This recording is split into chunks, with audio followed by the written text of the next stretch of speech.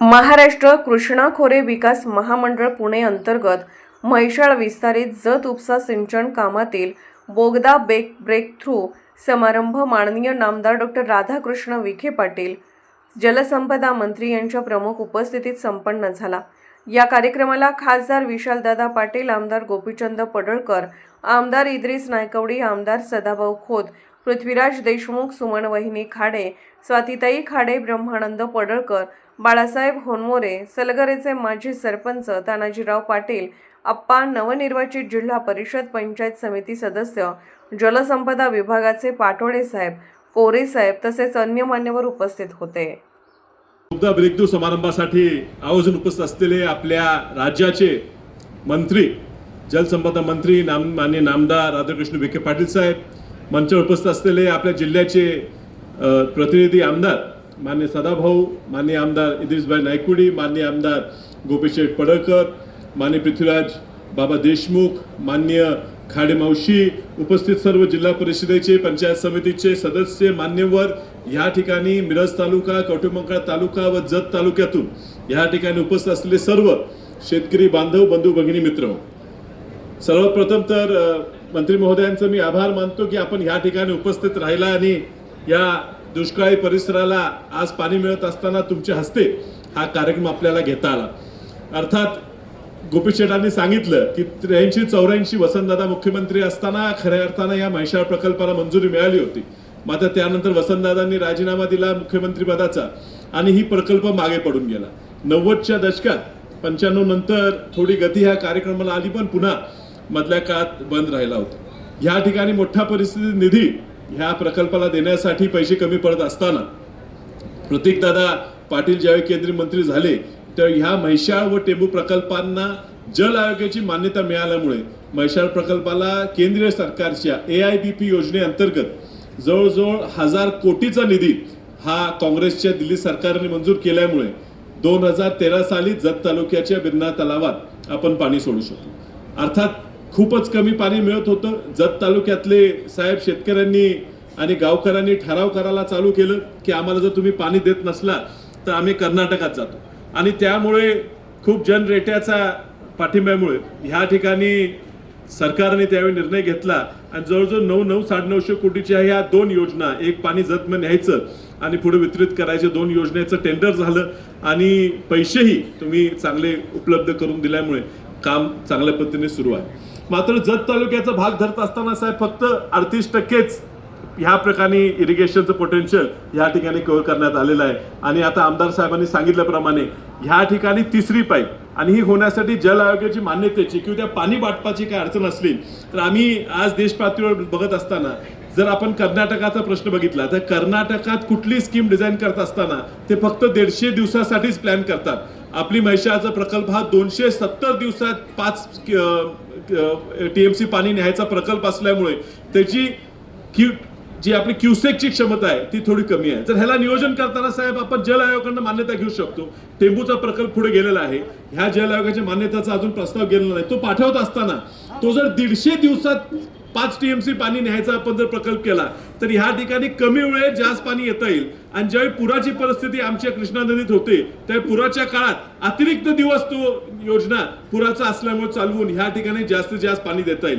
ह्या तालुक्याचं जत तालुक्याची पाण्याची जी water level आहे, ग्राउंड लेवल आहे, ती खूप खाली गेलेली आहे साहेब। 1000 फूट सुद्धा बोर मारली तरी पाणी लागत नाही। त्यामुळे येणाऱ्या ह्या पावसाळ्यात आपल्याकडनं जर हे त्याच्या आधी हा स्कीम पूर्ण करून पावसाळ्यात सुद्धा जास्तीत जास्त येणार आहे त्या पाईपलाईन मधून सुद्धा जेवढं जास्तीत जास्त पाणी त्या ठिकाणी आपण देऊ शकू त्यातनं ह्या ठिकाणचं वॉटर टेबल जे आहे ते थोडं वर आलं त्या पर्क्युलेशनने पाणी सगळीकडे पोहोचता येईल साहेब। ह्या बरोबर आपण आता आलायच म्हणून या आमच्या डोंगरवाडीच्या इथं डोंगरवाडी, कुकटोळी, खंडराजुरी, गुंडेवाडी, भोसे, शिंदेवाडी, खरशिंग, अलकुट, बनेवाडी, योगेवाडी हे परिसर अजूनही पाण्यापासून वंचित आहे। तिथं डोंगरवाडीत तुम्ही एक उपसा योजनेचं जर नियोजन केलं तर त्यातनं त्या परिसराला जो वंचित राहिला मिरज तालुका नदीपासून एवढा जवळ आहे, नदीतनं तालुक्यातनं नदी वाहते, पण हा आमचे गाव वंचित राहिले त्यासाठी थोडे पैसे लागणार आहेत। आणि त्याचबरोबर माझ्या मतदारसंघातल्या कडेगाव गावातले रायगाव, शाळगाव, अपशिंगे, कोतवडे, त्याचप्रमाणे कराडगावचे शामगाव ह्या गावात सुद्धा फक्त 100 कोटी जर तिथे उपलब्ध झाले तर थोडी लिफ्ट होऊन त्या ठिकाणी सुद्धा आपण पाणी देता येईल साहेब। पुढचं सुद्धा नियोजन कॅट डेव्हलपमेंटचं म्हणजे कमांड एरिया डेव्हलपमेंटचं जे आहे, केंद्र शासनाचा कमांड एरिया डेव्हलपमेंटसाठी एक नवीन योजना आणते आणि त्याचा एक पायलट प्रोजेक्ट म्हणून महाराष्ट्राला एक 100 कोटीचा निधी द्यायचा होता. मी साहेबांच्या खूप मागे लागून एक प्रकल्प म्हैसाळचा जत तालुक्यातला आपण पाठवलेला, दुर्दैवानं जळगावचाच प्रोजेक्ट तुम्ही सिलेक्ट केला पायलट म्हणून. अजूनही जर बदलता येत असेल तर ह्या ठिकाणचे शेतकरी ड्रीप इरिगेशन करायला तयार आहेत. तर जत तालुक्याचा तो कॅटचा 100 कोटीचा प्रोजेक्ट आणि त्यानंतर तो चांगला चालू होणाऱ्या प्रोजेक्टसाठी तुम्ही जर पाणी पैसे उपलब्ध करून दिले तर निश्चित ह्या तालुक्याला कष्टकरी लोक आहेत साहेब, कष्टातनं दिवस काढलेले आहेत, यांना पाणी मिळालं तर निश्चित साहेब चांगली पिकं उगवून आपल्या महाराष्ट्राच्या अर्थव्यवस्थेसाठी एक चांगली कामगिरी करू शकतील. ह्या ठिकाणी जो प्रयत्न आहे ह्या परिसरातील कोयता कमी करणं, ह्या लोकांना चांगलं उत्पन्न देणं, हा आपण गेले 40 वर्ष वसंतदादांचं स्वप्न होतं. आज साकारत असताना तुम्ही तुमचे आजोबा वसंतदादांबरोबर काम केले, तुमच्या वडिलांनी आमच्या वडिलांबरोबर काम केले, आज तुमच्या मार्गदर्शनाखाली हा कार्यक्रम ह्या ठिकाणी होत असताना निश्चित आनंद वाटतो. आणि त्यामुळे तुम्ही पूर्ण लक्ष सांगली जिल्ह्याकडे आमच्या सगळ्यांकडे द्यावं ही तुम्हाला विनंती करतो. म्हणून काम इतर मी तुमच्यावर सोपवतो असं माननीय मुख्यमंत्री मला सांगितलं आणि मला अतिशय मनस्वी आनंद झाला. हे काही सोपं काम नाही आहे. आज तुमच्या टेंबू, मला वाटतं तकारी, म्हैसाळ या सगळ्या योजनेमुळे तुमच्या दुष्काळी भागाचा पुष्कळाचं रूपांतर नंदनवन होत आहे आणि त्यामुळे या दुष्काळी भागाच्या लोकांमध्ये आज एक प्रकारचं एक नवं चैतन्य आहे. कोणी द्राक्ष करतंय, कोणी डाळिंब करतंय, फळबागाचं या ठिकाणी क्षेत्र वाढतंय. ऊसाचं क्षेत्र वाढतंय मला माहीत नाही, ऊसाचं क्षेत्र वाढत चाललेलं आहे. पण मी आता अधिकाऱ्यांना एवढी सूचना करणार आहे की पाण्याचं नियोजन चांगलं करा.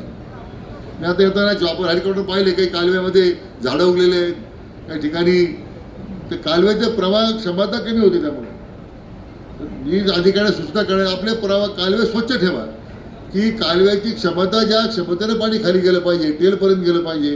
त्यामुळे असे अडथळे निर्माण होतात आणि त्याकरता आपण ह्या विशेष खबरदारी घेतली पाहिजे. कारण लोकांनी स्वप्नात नव्हतं ते पाणी या निमित्तानं पाहिजे. आणि मग सातत्यानं 4-4 पिढ्या दुष्काळाला सामोरी जाणारी जनता आहे. आज त्यांच्या जीवनामध्ये एक परिवर्तन येत आहे आणि मग पृथ्वीराज देशमुख या ठिकाणी आहेत, त्यांनी त्यांच्या भागासाठी उत्तम त्यासाठी काम केलं. सदाभाऊचं संघर्ष सुरूच आहे, विशाल पाटलांचा संघर्ष सुरू आहे आणि मला वाटतं गोपीचंदजी पडळकर ज्यांचा त्या भागाशी संबंध नाही त्यांनी मात्र तुमचा भाग दत्तक घेऊन तुमच्यासाठी कामाला सुरुवात केली.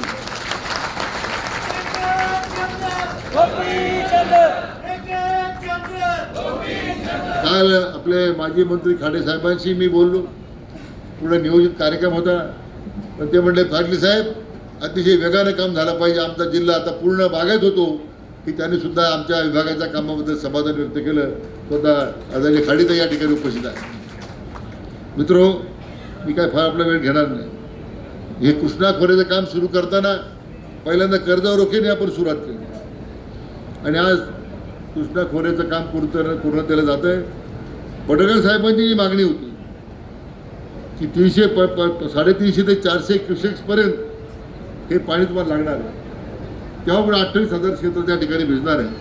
मी आपल्याला सांगू इच्छितो की ज्या 2 लाईन आपण केलेल्या आहेत, 3ऱ्या लाईनला सुद्धा मी आता मंजुरी देऊन टाकतो. आपण त्या कामाला सुरुवात करू. म्हणजे त्यामुळे त्याशिवाय पाणी मिळणार नाही. पाणी उपलब्ध आहे आपल्याकडे आणि ते तेव्हा तुमच्या या ज्या मागणी आहे 3ऱ्या लाईनची ती आपण आज मान्य करू. त्यामध्ये कुठल्या प्रकारची आता तांत्रिक अडचण नाही. आम्ही लगेच त्याला कशी मान्यता देऊन कामाला सुरुवात करता येईल.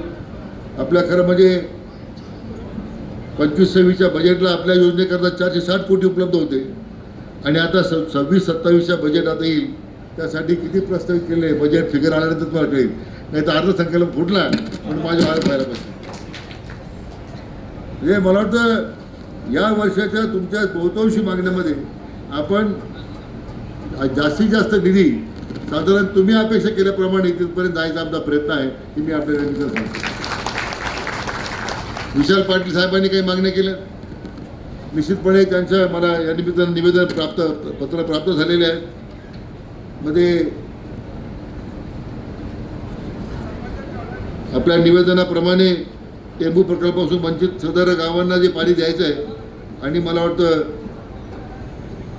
म्हैसाळमधल्या काही गावांना पाणी द्या संदर्भात मी आजच अधिकाऱ्यांना सूचना देतो, तात्काळ ते सर्वेक्षण करा, मी आपल्याला कसं पाणी देता येईल त्या संदर्भात विचार करू. कारण शेतकऱ्यांच्या शेतामध्ये पाणी गेलं पाहिजे ही आमची भूमिका आहे.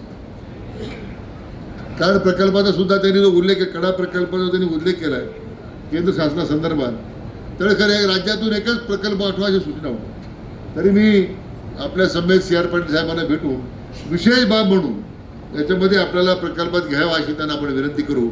म्हणून मला पुन्हा एकदा खरं म्हणजे आपण जे बोर नदीवर बॅरेज करत असं आपण जी मागणी केलेली आहे ते सुद्धा मी आज सूचना देऊन टाकल्या. ताबडतोब डीपीआर सुरू करा.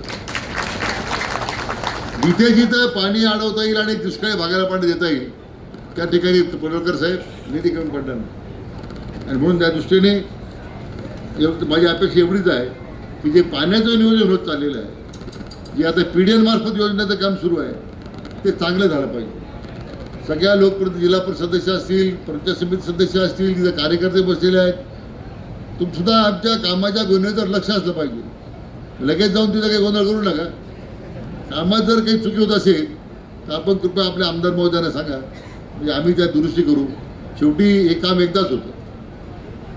मग अशी आमची चर्चा झाली, बोगदाच्या जवळ आम्ही ब्लास्ट केला तर ह्या बोगदा इतका मोठ्या म्हणजे 2 गाड्या जातात आणि 2 गाड्या तिकडे जातात, 2 गाड्या इकडे येतात. तर काहींचा जर विरोध असेल तर इकडे घालून टाका, तो आपण त्या पाहिजे त्या बाजूला निघेल, म्हणजे तो शुद्ध होऊन निघेल.